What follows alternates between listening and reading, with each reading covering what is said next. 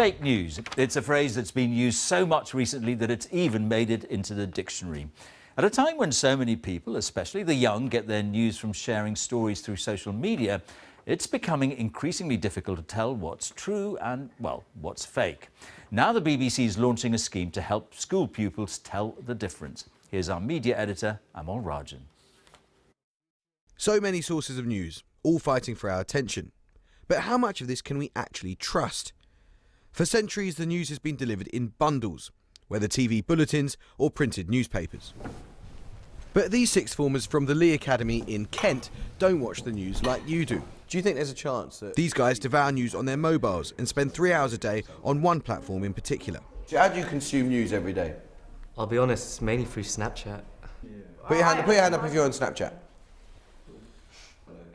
To gauge their news literacy, we showed the pupils an image that was shared thousands of times on social media.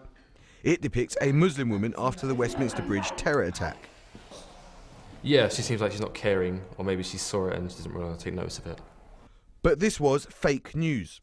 The image was attached to a tweet from an account linked to Russia, and our pupils did detect anti-Muslim prejudice. I think if she was of a different race, this tweet would never have been put out. And it's really wrong that people feel the need to do that. Doesn't sound right. Like, it describes it, but also intwists hate into it. It does, where they put their own opinion into it as well. Such is the daily onslaught of information in these pupils' lives that fake or false information can go undetected.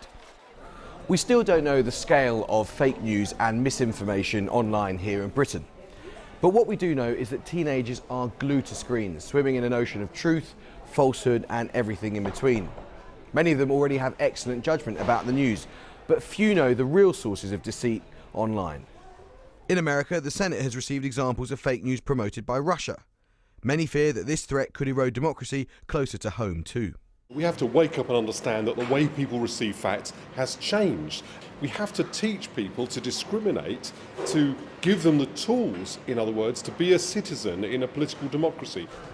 The BBC has now decided to step into this terrain, setting up an online portal and asking senior journalists to visit schools and act as mentors.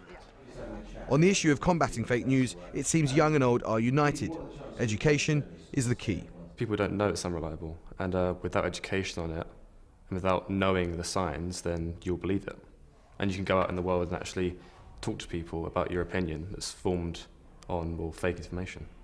What should we do about it? I think the education in school is very important. If you start from a young age, then I think people learn and reflect on that and they carry it through their lives. The BBC couldn't have put it better themselves. Amol Rajan, BBC News.